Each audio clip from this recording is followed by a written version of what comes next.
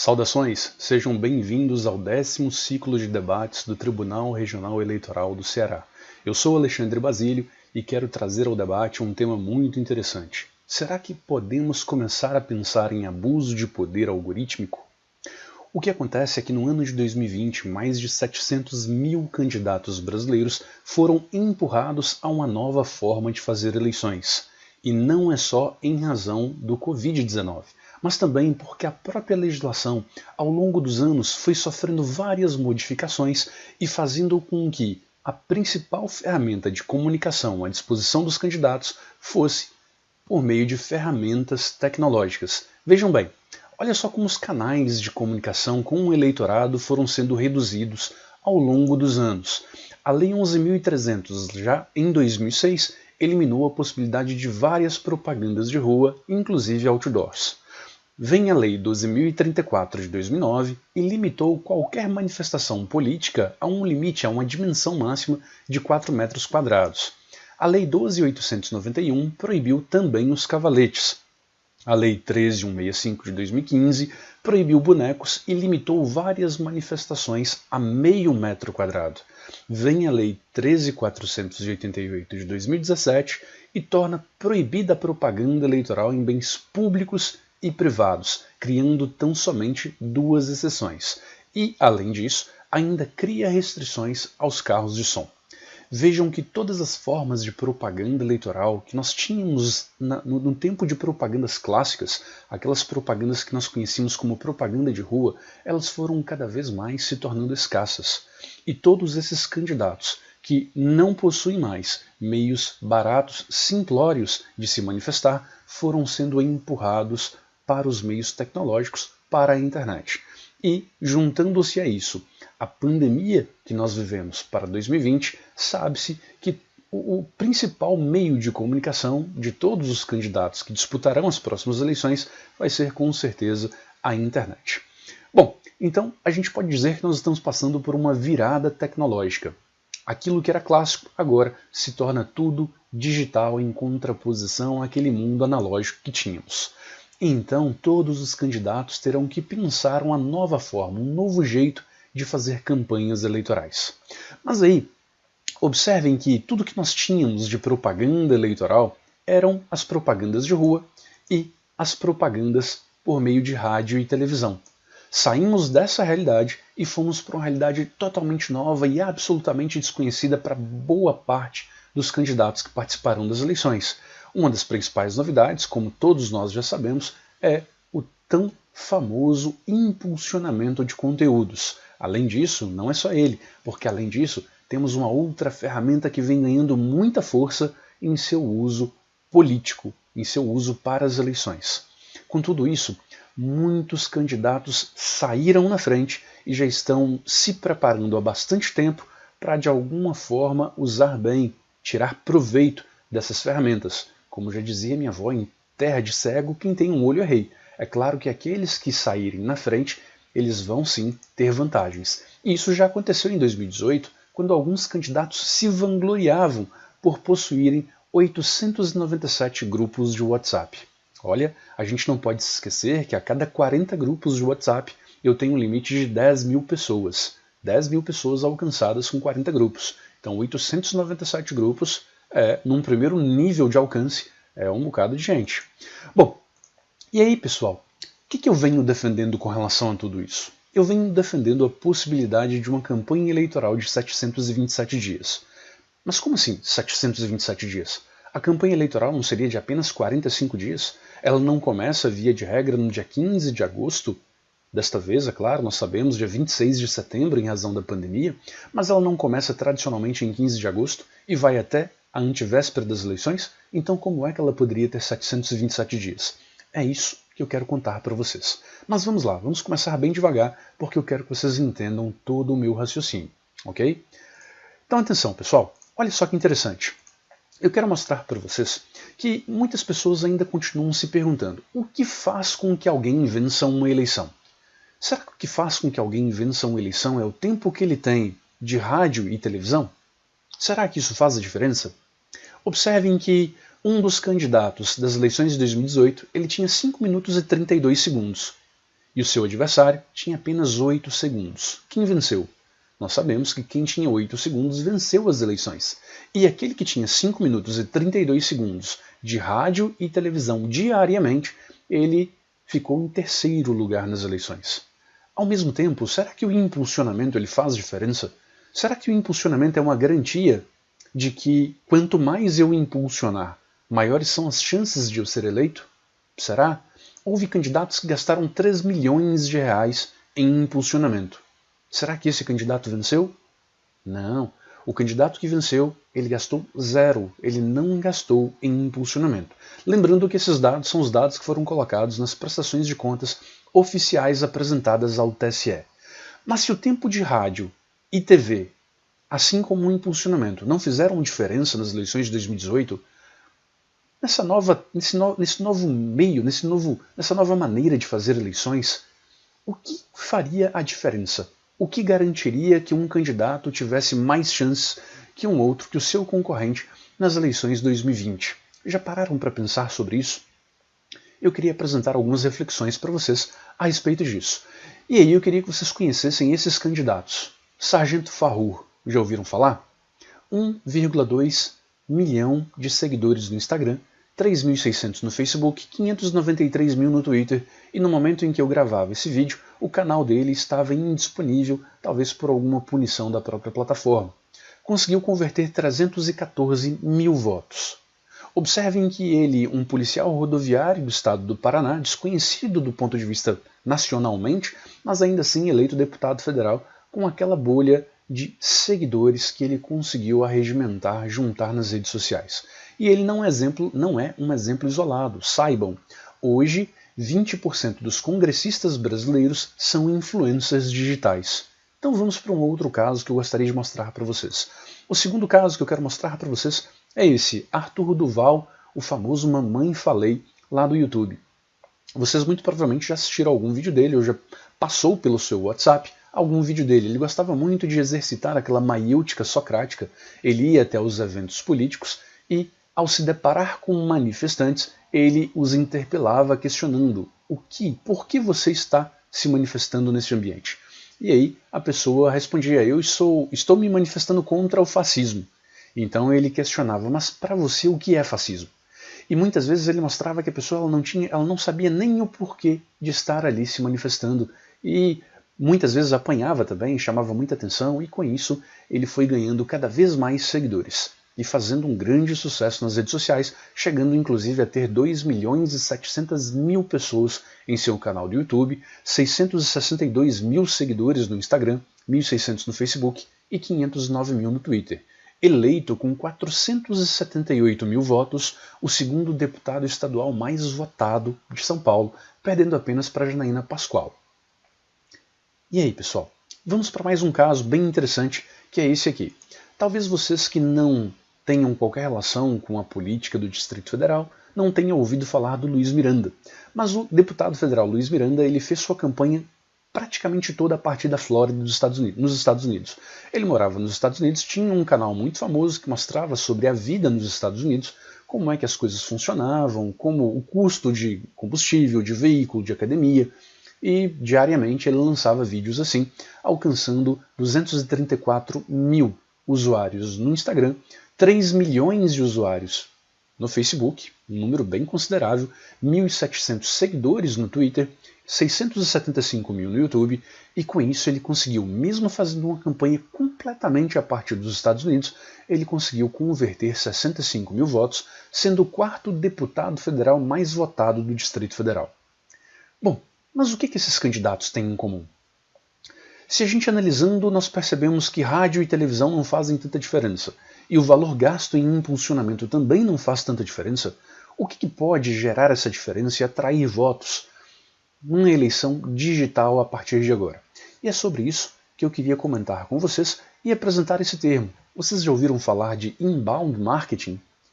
A técnica de inbound marketing ela é uma técnica que vem sendo utilizada já há algum tempo no mercado, na iniciativa privada, para vender produtos, para engajar pessoas e gerar encantamento. Mas aí eu quero ir devagar com vocês para apresentar qual é a ideia em torno do inbound marketing eleitoral. Quais seriam as palavras-chave dessa técnica? As principais palavras-chave, claro que tem outras, e aqui eu estou fazendo de forma bem resumida para que vocês entendam essa ideia. As palavras-chave seriam, a primeira, atração. Então, num primeiro momento, eu atraio pessoas para as minhas redes sociais, para o meu ambiente, para um ambiente em que eu me sinto confortável, em que eu falo sobre um assunto que encanta as pessoas de alguma forma e que também atrai aquelas pessoas, seja pela minha eloquência, pela minha maneira de dizer, pelo meu carisma, mas de alguma forma, num primeiro momento, eu atraio as pessoas para determinado assunto. Seja um assunto polêmico, seja um assunto radical, seja uma fofoca, seja uma fake news, seja uma desinformação, qualquer que seja o tema. O mais importante nesse primeiro momento é eu montar o meu canal e conseguir atrair pessoas. E todos os 3 exemplos que eu mostrei para vocês, eles foram muito felizes nessa primeira etapa, na etapa da atração. Só que assim que eu consigo fazer essa atração, eu atrair usuários para que me sigam, para que me acompanhem nas redes sociais, eu preciso também gerar um engajamento. O que é esse engajamento? Eu preciso fazer com que esses usuários eles curtam, eles compartilhem, eles comentem, eles reajam às minhas postagens por meio de emojis, colocando ali um íconezinho de coraçãozinho, de felicidade, de tristeza, mas de qualquer forma eu preciso de alguma reação. Porque isso vai fazer toda a diferença para os algoritmos das mídias sociais, que dependem de reações para levar ainda mais longe as suas publicações. Então, engajamento é essencial. Qualquer um que tenha muitos seguidores, mas não tem engajamento, suas publicações, o seu valor, o seu capital social ou patrimônio virtual, ele perde o valor, ele não é tão valioso quanto aquele que tem alto engajamento. Então, engajamento é mais importante que número de seguidores. Mas, a partir do momento que eu atrair e que eu consegui engajar os meus seguidores, eu estou no meio do caminho para um inbound marketing perfeito. Então, seguindo, a próxima etapa desse inbound marketing é a conversão. No meio político, seria alguma coisa como primeiro eu atraio, em seguida eu engajo, e terceiro, eu converto aquelas pessoas para que elas reflitam, elas pensem mais ou menos como eu penso sobre o mundo. Então, se eu tenho uma visão de mundo que critica determinado posicionamento, eu tento convertê-los para que eles entendam e apoiem aquela crítica.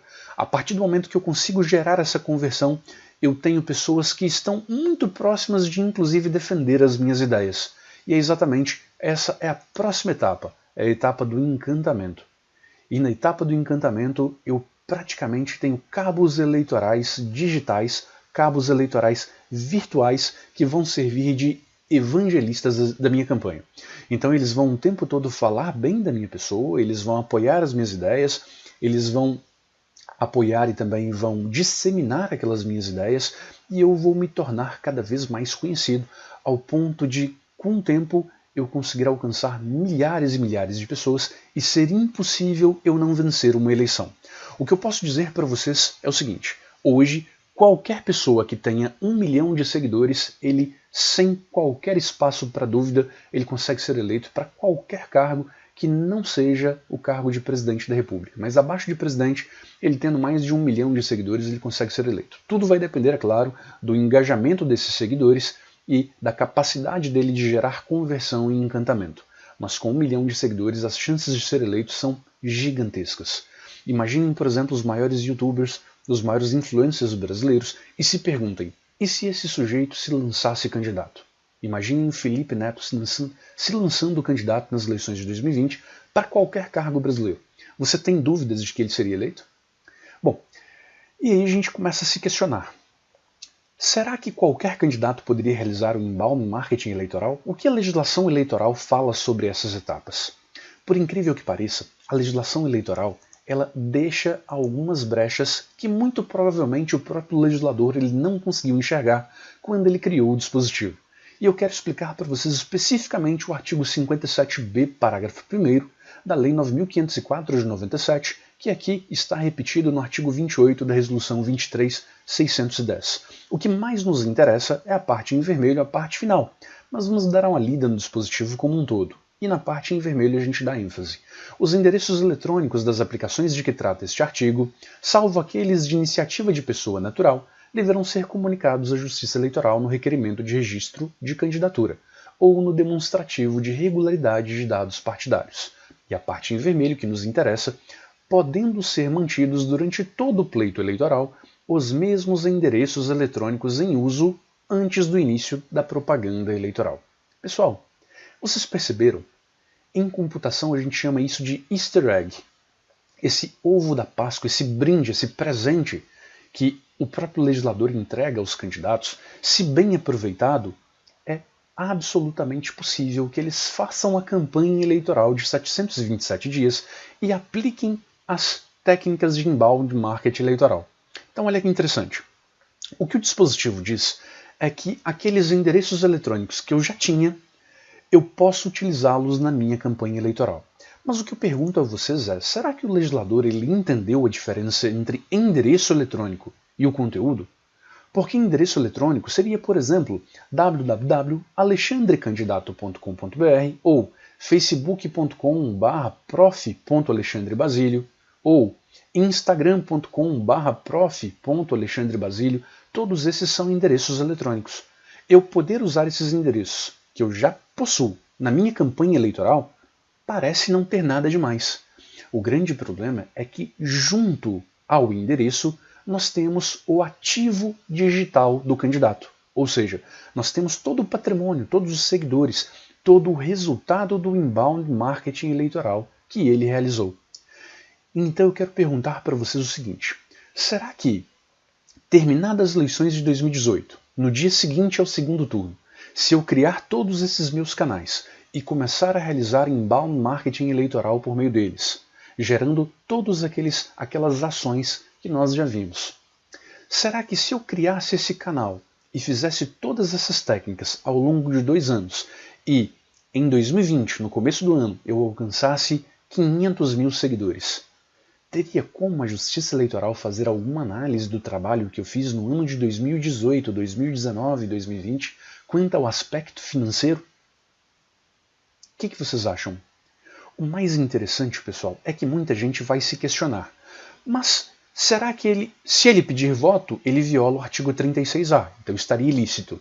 Se ele colocar conteúdo eleitoral e tiver gasto de qualquer tipo de recurso, ele pode, inclusive, ser analisado, ser julgado dentro da ótica do abuso de poder econômico. Mas aí eu questiono. E se ele apenas realizar dentro desse perfil, de todos esses endereços eletrônicos, ele apenas exercitar indiferentes eleitorais, falar de temas políticos polêmicos, falar de radicalismo, criticar desinformação, criticar políticos no poder, apenas indiferentes eleitorais e gerar toda essa conversão, todo esse encantamento? Será que teria algum ilícito eleitoral? Não, pessoal, não teria nenhum ilícito eleitoral. Por isso que eu questiono vocês. Será que o legislador ele entendeu que dentro de cada endereço eletrônico nós temos um conteúdo?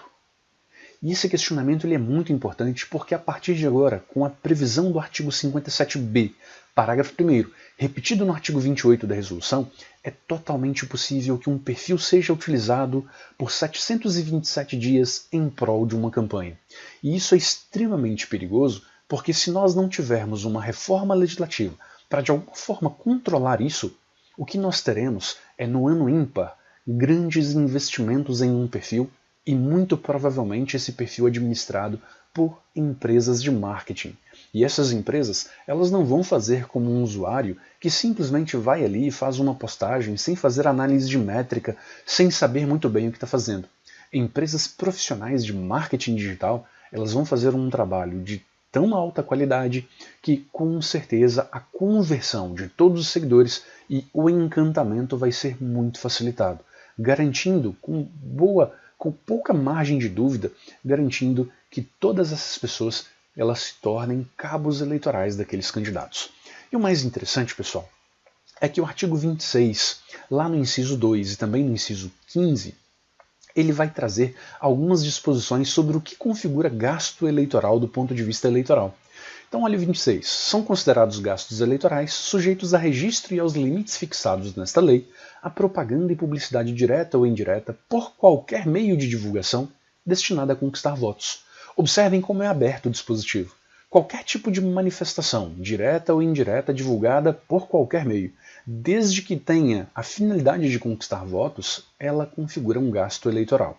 Da mesma forma, o inciso 15 vai dizer: configura gasto eleitoral os custos com criação e inclusão de sítios na internet e com o impulsionamento de conteúdos contratados diretamente com o provedor da aplicação de internet, com sede e foro no país. O que é mais interessante é que os dois dispositivos eles definem como gasto qualquer tipo, como gasto eleitoral, qualquer tipo de investimento nesses perfis que serão utilizados na campanha. Contudo, a leitura que é feita desse dispositivo é que ele só vale para o ano eleitoral. E no ano ímpar? Tudo aquilo que foi feito em inbound marketing eleitoral naqueles endereços que serão utilizados na campanha. Pessoal, atenção! Vocês não podem mais confundir um investimento em outdoor com um investimento em mídia digital. Se alguém coloca um outdoor em dezembro do ano anterior, dezembro de 2019, você passa, olha para aquele outdoor, lê aquela frase, talvez até fique um pouco impressionado, mas uma semana depois aquele outdoor é removido e você muito provavelmente se esquece completamente do que estava escrito. Ao contrário, nas mídias sociais, uma vez que você é alcançado por um tipo de propaganda qualquer, você se torna plateia daquele canal. Então, a partir do momento que você interagir, que você engajar, você vai acompanhá-lo até a data das eleições. Porque cria-se uma vinculação entre você e aquela página. E quanto mais você interagir, mais o seu feed de notícias vai receber informações daquele canal, daquele tipo de discurso político implícito dissimulado. Então isso é muito importante que a gente entenda essas diferenças. Uma outra questão que eu quero trazer para vocês é que é extremamente importante que a gente considere que existem formas diferentes de funcionamento da tecnologia.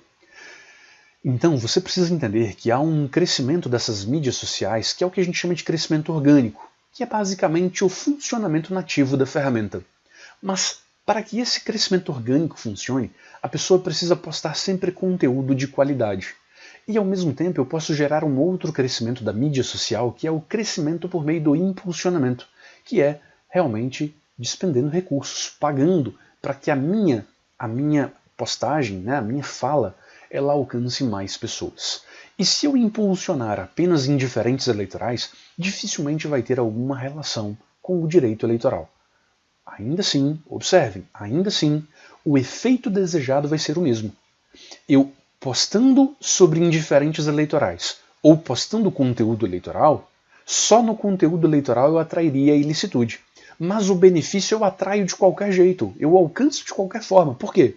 Porque se o meu objetivo é gerar um conteúdo agradável para as pessoas, para que elas me acompanhem até a data da eleição, eu posso conseguir fazer isso até mesmo com um vídeo de gatinho, desde que eu encante essas pessoas para que elas me admirem. Então, tanto faz se é um vídeo anunciando uma pré-candidatura ou se é um vídeo de gatinho. O intuito é conseguir arregimentar, arrebatar pessoas. E isso eu vou conseguir com qualquer tipo de conteúdo, desde que ele tenha qualidade. Então é muito óbvio que os candidatos que forem bem assessorados, eles não vão fazer qualquer tipo de postagem com conteúdo eleitoral.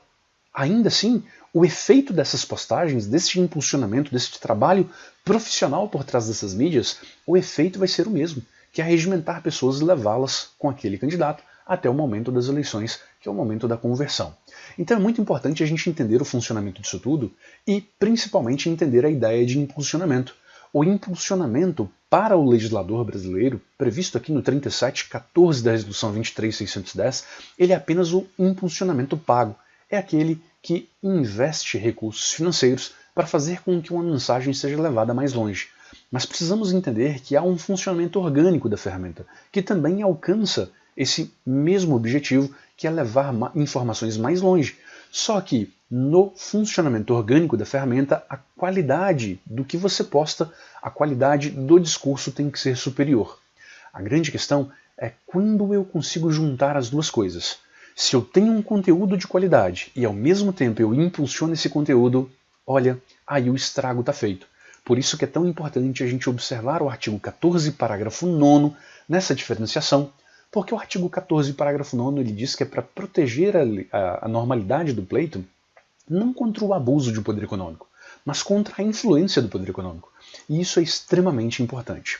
E aí eu queria mostrar algumas coisas interessantes para vocês. Aqui, por exemplo, está o algoritmo tão conhecido do Facebook chamado de EdgeRank, onde no impulsionamento orgânico, o que eu preciso que vocês compreendam é que o alcance orgânico dessas plataformas ele é baixíssimo. Por que ele é baixo? Porque essas empresas, elas, como qualquer outra, elas almejam oferir lucros. Então elas baixam o alcance das postagens, forçando com que todos os conteudistas eles impulsionem ou façam postagens de altíssima qualidade que busquem o máximo engajamento possível. Se a postagem é de baixa qualidade, ela não alcança ninguém. E aí, por isso eu disse, o risco é quando eu tenho postagens de altíssima qualidade unidas ao impulsionamento, ao dispêndio de recursos financeiros. Isso feito por 727 dias, tenho certeza nós teríamos um super candidato no momento das eleições que poderia sim quebrar a isonomia, quebrar a paridade de armas entre os concorrentes. Bom, o nosso tempo é um pouco curto, mas eu queria trabalhar com vocês um outro assunto bem interessante. Esse outro assunto que eu quero trabalhar com vocês é o assunto da intervenção mínima tanto ao conteúdo quanto ao canal. Então vejam bem, nós tivemos em 2018 várias discussões muito interessantes a respeito de algumas postagens de péssimo gosto, muito vulgares na maioria das vezes, mas que ainda assim o TSE não removeu em razão do previsto no artigo 38 da Resolução 23.610. O artigo 38 ele vai dizer que deve haver interferência mínima no debate democrático, e isso ficou muito claro em várias decisões do TSE. Vejam essa parte que eu marquei para vocês em vermelho dessa decisão. O TSE diz o seguinte: à luz da decisão liminar, penso que o controle sobre quais conteúdos ou nível das críticas veiculadas, se aceitáveis ou não, deve ser realizado pela própria sociedade civil, porquanto a atuação da justiça eleitoral no âmbito da internet, ainda que envolva a honra à reputação dos políticos e candidatos, deve ser minimalista, sob pena de silenciar o discurso dos cidadãos comuns no debate democrático. Ou seja, pessoal, para o TSE, remoção só em último caso, com questões gravíssimas. Isso é o que ficou posto no artigo 38 da Resolução 23.610, combinado com o parágrafo 1º. Então, sempre eu só removo nas hipóteses em que, mediante decisão fundamentada, sejam constatadas violações graves, leiam assim, violações graves às regras eleitorais ou ofensas a direito de pessoas que participam do processo eleitoral. Bom, aqui a gente já viu que a própria resolução ela prevê interferência mínima quanto ao conteúdo, mas e interferência mínima quanto ao canal? O TSE ele vem cada vez mais se dispondo, se debruçando sobre esse assunto, e em vários julgados ele já deixou muito claro que alguns canais se diferenciam de outros. Nessa decisão, por exemplo, fica muito claro que o WhatsApp e assemelhados, como por exemplo Telegram, Viber, Hangouts, Skype, Chaton, Line Chat, GroupMe e vários outros, eles apresentam feições diversas a saber, de cunho privado ou público. O que significa isso, pessoal? Para o TSE, se uma postagem tiver sido feita em modo privado, ela funciona como se fosse uma extensão do domicílio do usuário, tendo que haver o respeito à sua privacidade. Por outro lado, se a postagem é feita de forma pública, ela se assemelha a um meio de comunicação tradicional. Portanto, tem que respeitar todos os deveres que aquele meio de comunicação respeitaria. Então observem, eu tenho privacidade, eu tenho um controle de interferência tanto quanto ao conteúdo, quanto ao canal. Observem isso porque isso é muito importante, porque o que vai haver como consequência é que, na maioria das representações, nós teremos como principal ponto de reflexão para verificar se uma representação é procedente ou improcedente, a diferença que eu tenho entre essas duas imagens. Observem que se você não é uma pessoa que utiliza mídias sociais, você nesse joguinho dos 7 erros, talvez você tenha dificuldade de descobrir qual é a diferença entre as duas imagens. Mas essa diferença entre as duas imagens vai ser exatamente o que vai fazer com que essa representação seja procedente ou improcedente. E aí, chama a atenção de vocês, porque essa postagem eu tenho aqui um globinho, o que significa que ela foi disponibilizada para qualquer pessoa da internet, indiferente se é amiga ou não desse usuário, e, por outro lado, essa postagem aqui, que tem 2 bonequinhos, ela foi disponibilizada apenas para os amigos desse usuário. O que significa isso, pessoal? Significa que esse canal aqui é um canal privado. Portanto, além de haver a interferência mínima quanto ao conteúdo, segundo o TSE, há interferência mínima quanto ao canal também. E para interferir, para tirar essa proteção quanto à privacidade desse canal e para interferir em qualquer argumentação, qualquer discurso feito em canais privados, o TSE vem decidindo, já há uma decisão inclusive de 2020, vem decidindo que é preciso haver provas robustas de que aquele canal, ainda que seja privado, ele tem como única finalidade a disseminação de desinformação ou ele não tem um caráter privado. Ali há uma dissimulação. Embora privado, ele serve como ponto de passagem de desinformação e qualquer outro objetivo de turbação do pleito. É muito interessante vocês observarem isso, porque isso vai fazer toda a diferença nos julgados daqui para frente. E mais interessante ainda é a gente levar em consideração que o TSE já tem vários precedentes nesse sentido. Aqui, por exemplo, o ponto principal de discussão dentro desse julgado é se o perfil era público ou privado. Da mesma forma, nesse outro julgado, ficou muito clara que a discussão, inclusive colocada aqui na ementa, caráter privado afastado. Então, o ponto de divergência nesse julgado era se o perfil era público ou privado. Já nesse outro, a discussão é se teria ou não havido o verbo publicar, uma vez que a comunicação foi privada entre dois usuários. Pessoal, nessa nova tônica, o novo debate ele se fundamenta não em questões jurídicas, tão somente jurídicas, mas agora em questões de marketing e também de tecnologia. É por essa razão que eu venho dizendo que qualquer um para trabalhar em matéria de propaganda eleitoral atualmente, ele precisa ter conhecimento não só do direito eleitoral, mas também de tecnologia e de marketing digital. Caso contrário, ele vai entrar em grandes apuros para resolver os problemas que lhe serão apresentados. Bom, um outro ponto que eu quero mostrar para vocês é que muito se fala sobre aquelas aplicações que nós já conhecemos, mas muita coisa acontece de forma subterrânea e que pouca gente toma conhecimento. E aí eu queria mostrar para vocês apenas algumas ferramentas que foram utilizadas em 2018 e que talvez vocês nem ficaram sabendo. O Talkative foi uma delas. O Talkative é interessante porque ele funciona basicamente como uma gincana. A partir do momento que o eleitor se cadastra no Talkative de determinado candidato, ele se compromete a cumprir algumas tarefas. E toda vez que ele cumprir essas tarefas, ele vai ser de alguma forma beneficiado com prêmios. Ele vai ganhar prêmios, ele vai ganhar pontos, em alguns casos ele pode ganhar até emprego. É o caso, por exemplo, da Ada, que convidou os 3 primeiros colocados no ranking do mês de agosto para participar das reuniões de ideias do grupo de marketing digital da deputada. Da mesma forma, outros ofereciam, inclusive, a conversão da pontuação que eles faziam durante o cumprimento das tarefas, eles converterem essa pontuação em prêmios. E esses prêmios poderiam ser viagens, dinheiro e quaisquer outros benefícios. E quais eram essas tarefas? Vamos imaginar que eu, dono de um Talkative, pudesse colocar como tarefa de hoje vocês replicarem o vídeo da minha propaganda eleitoral que foi veiculado na TV ontem à noite. Quanto mais você divulgasse, mais pontos você faria e depois a gente poderia converter esses pontos em prêmios. Agora observem, será que esses cabos eleitorais, porque é claro, eles são cabos eleitorais, eles passariam pelas contas do candidato? Será que esses prêmios passariam pelas contas do candidato? E será que essa manifestação desses usuários participando dessa gincana ela seria legítima ou seria apenas em razão dos prêmios? E como isso não é conhecido da internet, será que não geraria para a internet uma sensação de que muitas pessoas apoiam um candidato e que, poxa, se tantas pessoas apoiam esse candidato, será que eu não deveria apoiar também?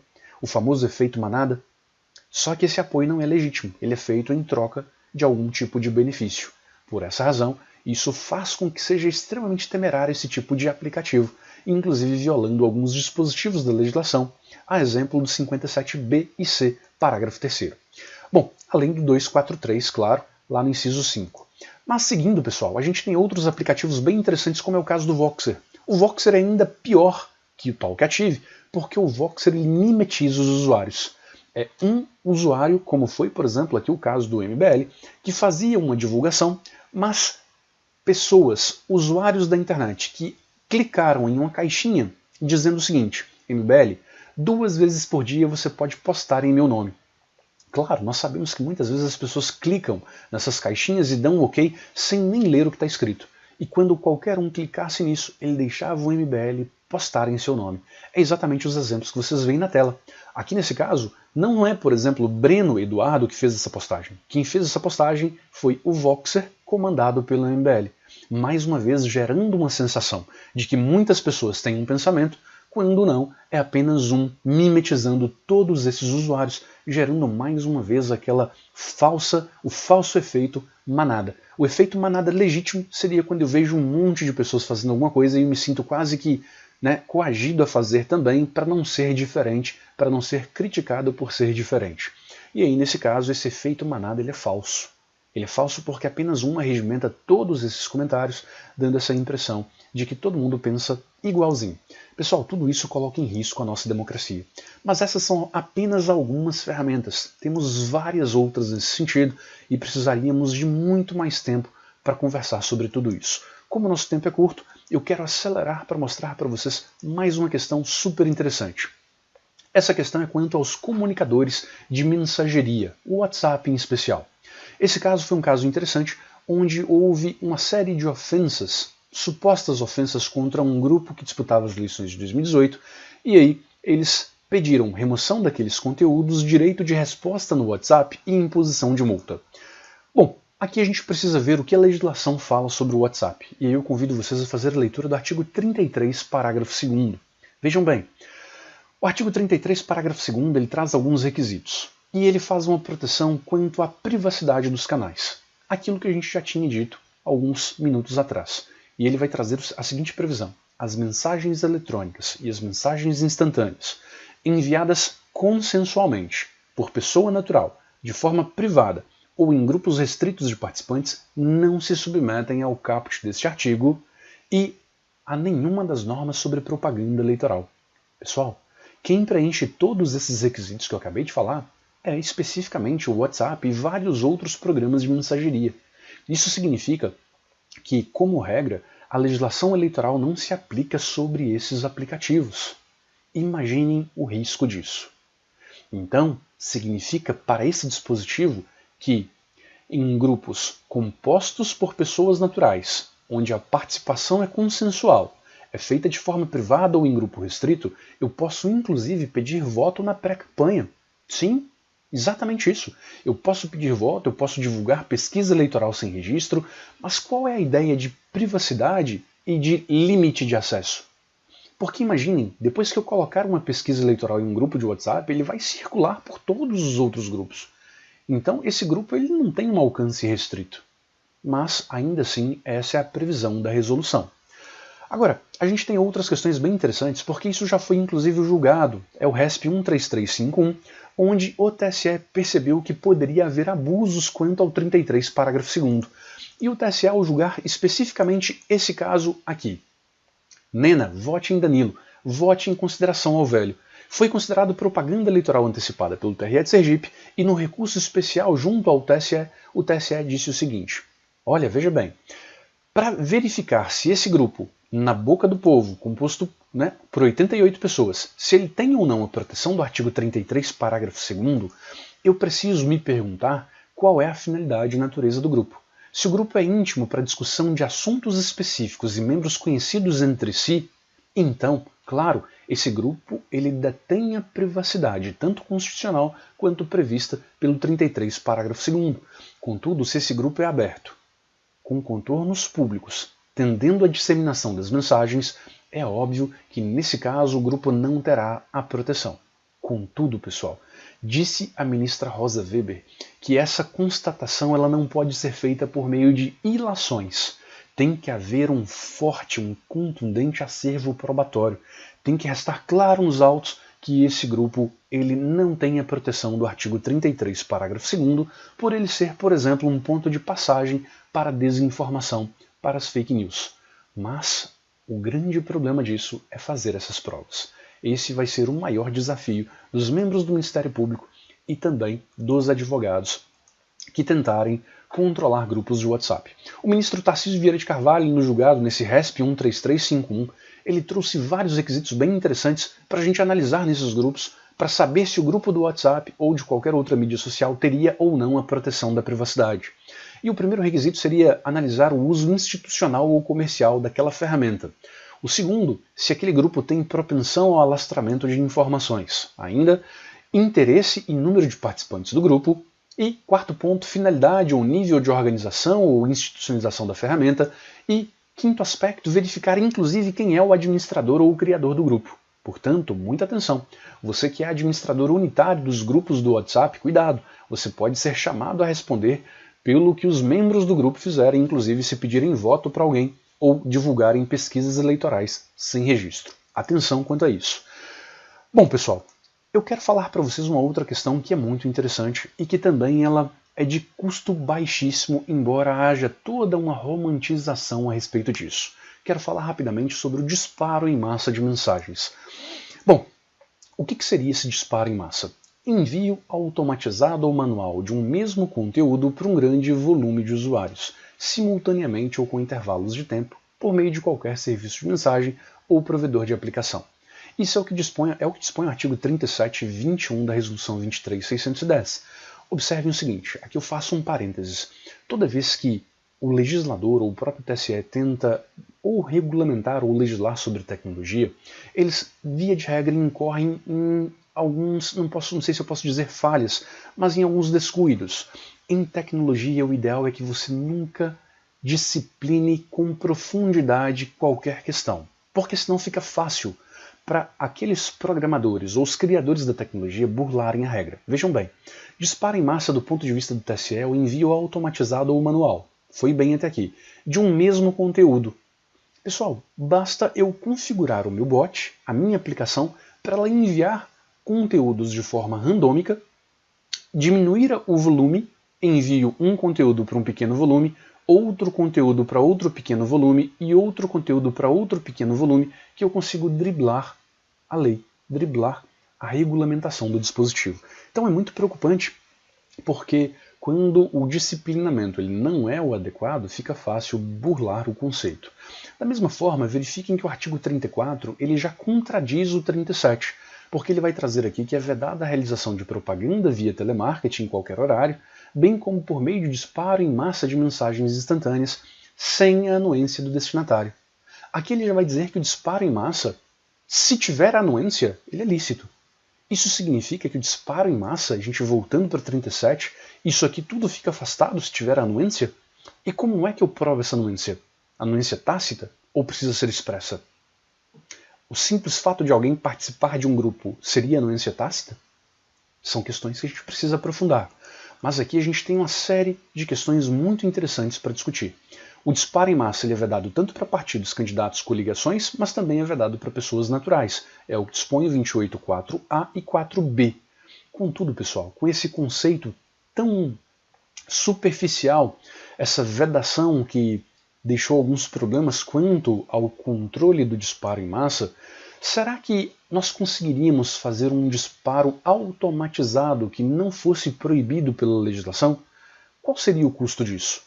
Observem que muitas pessoas elas vão pensar que o disparo em massa ele é algo extremamente custoso e que teria que contratar uma mega empresa de tecnologia e que essa empresa de tecnologia ela cobraria milhares de reais e isso só estaria ao alcance de pouquíssimos candidatos. Contudo, eu quero dizer para vocês que eu mesmo criei um bot para mim que ele faz disparos em massa. Não em massa, porque eu configurei para ele enviar apenas para grupos específicos. Então, ele faz disparos automatizados para pequeno volume de usuários e ele dispara conteúdos randômicos, de forma que não é o mesmo conteúdo. Isso aí com apenas 40 linhas de código, acessível a qualquer um. O que eu quero chamar a atenção para isso, pessoal, é que eu criei 2 bots para testes. E o WhatsApp hoje, ele é a principal ferramenta de comunicação utilizada por 79% dos brasileiros. E com um poder computacional como esse, de criar um algoritmo, um bot, um processo de automatização de tarefas repetitivas, tanto para o WhatsApp quanto para outras mídias sociais, eu poderia alcançar uma grande quantidade de usuários gastando muito pouco, porque o código fui eu mesmo que fiz. Disso tudo, eu quero trazer para a gente finalizar a seguinte reflexão. Quando a gente pensa em abuso de poder econômico, nós precisamos demonstrar a gravidade para quebrar a paridade de armas entre os candidatos e fazer com que aquela quantidade de recursos ela realmente faça a diferença no resultado das eleições. Então, de alguma forma, tem que ter relevância jurídica aqueles recursos gastos. Por outro lado, quando a gente pensa em abuso de autoridade ou abuso de poder político, é o uso da máquina pública em benefício de um candidato. Também tem que ser analisado do ponto de vista da gravidade. Observem que se eu crio um bot e que vai fazer disparos, não disparos de grandes volumes, mas disparos automatizados específicos para as pessoas certas, durante algumas madrugadas, lembrando que a cada 40 grupos eu alcanço 10 mil pessoas. E boa parte dos municípios brasileiros tem menos de 20 mil eleitores. Observem, apenas 92 municípios brasileiros têm chances de segundo turno. Ou seja, apenas 92 municípios têm mais de 200 mil eleitores. Todos os outros têm menos de 200 mil, com uma quantidade gigantesca de municípios que só tem 20 mil eleitores. Então, 40 grupos eu já alcanço metade desse eleitorado. E com isso, pessoal, eu consigo criar um bot com pouquíssimas linhas, 2 horas de trabalho de um programador, não teria nenhum abuso de poder econômico, muito menos abuso de poder político, mas ainda assim eu conseguiria quebrar a rigidez do pleito, mesmo que eu não conseguisse realizar a conversão desses eleitores. Por quê? Porque não significa que eu alcançando 10 mil eleitores, eu vou fazer com que todos os 10 mil votem em mim. Mas eu posso, com esse envio de mensagem para essas 10 mil pessoas, eu fazer com que elas se abstenham de votar, eu fazer com que elas não votem em seu candidato, eu fazer com que elas não participem, e de qualquer jeito isso vai gerar um impacto nas eleições. Só que não tem abuso de poder econômico nem abuso de poder político. Qual seria o abuso então, pessoal? Será que nós podemos começar a pensar em um abuso de poder algorítmico? Ele quebra a rigidez do pleito? Sim. Ele quebra a paridade de armas? Sim. Ele quebra a normalidade das eleições? Sim. Eu preciso de grandes recursos para realizá-lo? Não, em absoluto. Basta eu ter conhecimento de computação para eu fazer com que todas essas ferramentas que eu mostrei para vocês nessa breve fala, elas façam a diferença no resultado de uma eleição. Como controlar? Alguns vão dizer, não, você pode controlar, por exemplo, pela legislação que nós já dispomos. Vamos trabalhar se a mensagem tiver sido enviada e essa mensagem ela prejudicar, ela for um crime contra a honra, podemos trabalhar sob o aspecto dos artigos 323 e seguintes do Código Eleitoral, ou até mesmo pelo 58 da Lei 9.504, requerendo direito de resposta.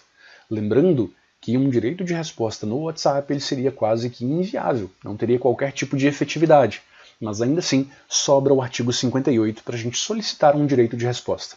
Mas voltando ao nosso tema, será que poderíamos começar a pensar em um abuso de poder algorítmico? Se você tiver interesse em conhecer, em ver esses bots funcionando, eu vou colocar um videozinho, vou pedir para a organização do evento ela liberar esse videozinho e aí eu vou tentar mostrar algumas questões para vocês. Nesse vídeo eu vou mostrar para vocês alguns bots funcionando. É um vídeo que já inclusive está no meu canal, e esses bots eles vão enviar mensagens de acordo com uma hashtag no Instagram, e aí eu escolho a hashtag eleições 2020 ou qualquer uma que eu quiser, e o bot ele entra em postagem por postagem que utilizou aquela hashtag, faz um comentário, coloca algum endereço, algum vídeo, coloca um URL, faz uma propaganda, critica, faz o que eu configurar para o meu interesse. Da mesma forma no WhatsApp, eu posso configurar para ele passar uma madrugada inteira enviando mensagens diferentes, aleatórias, ou a mesma mensagem. Então, pessoal, o potencial destrutivo de quem quiser utilizar ferramentas tecnológicas para o mal, para deturpar, para turbar o pleito, é gigantesco. E as nossas ferramentas para coibi-los ainda estão engatinhando, o que é bastante assustador. Espero que com essas breves palavras aceleradas, né, em razão da dificuldade do tema, da profundidade, mas espero que com isso vocês façam algumas reflexões. Teria, claro, algumas outras questões para conversar com vocês, mas eu quero que vocês pensem que o legislador, eu quero que a conclusão que vocês tirem dessa minha fala é que o legislador ele entregou importantes ferramentas para todos os candidatos e aqueles que souberem utilizá-las, como, por exemplo, a campanha eleitoral de 727 dias, produzindo inbound marketing eleitoral por 2 anos e levando tudo isso para as eleições, o uso do disparo em massa, não contratando qualquer tipo de operadora, mas apenas automatizando o processo nos pequenos municípios já seria o suficiente, e da mesma forma, tanto a extração de dados de mídias sociais, eu capturando números de telefone e nomes de usuários, dados dos usuários que eu quero alcançar, para enviar para eles mensagens específicas na campanha, tudo isso muito acessível a qualquer candidato e ao mesmo tempo extremamente assustador para as nossas eleições. Espero que vocês pensem sobre isso, me acompanhem nas redes sociais e me acompanhando você vai perceber que eu venho trabalhando esse assunto já há algum tempo e acho que a gente tem muitas coisas para conversar, muitas coisas extremamente interessantes e que a qualquer momento elas podem gerar um grande transtorno em alguma eleição por aí no Brasil inteiro, tendo em vista que nós temos quase 5.600 eleições que vão acontecer em 2020, é muito provável que em algum desses municípios esses problemas ocorram. Espero que não seja no meu, no seu, nem no de ninguém que nos assiste aqui. Desejo a todos uma excelente eleição em 2020 e espero que vocês se cuidem, fiquem em casa e torço para que tudo ocorra bem mais uma vez. Um grande abraço do professor Alexandre Basílio, espero que vocês tenham gostado, me acompanhem nas redes sociais, os canais estão aí e tenham um ótimo ciclo de debates para todos vocês. Um grande abraço, pessoal.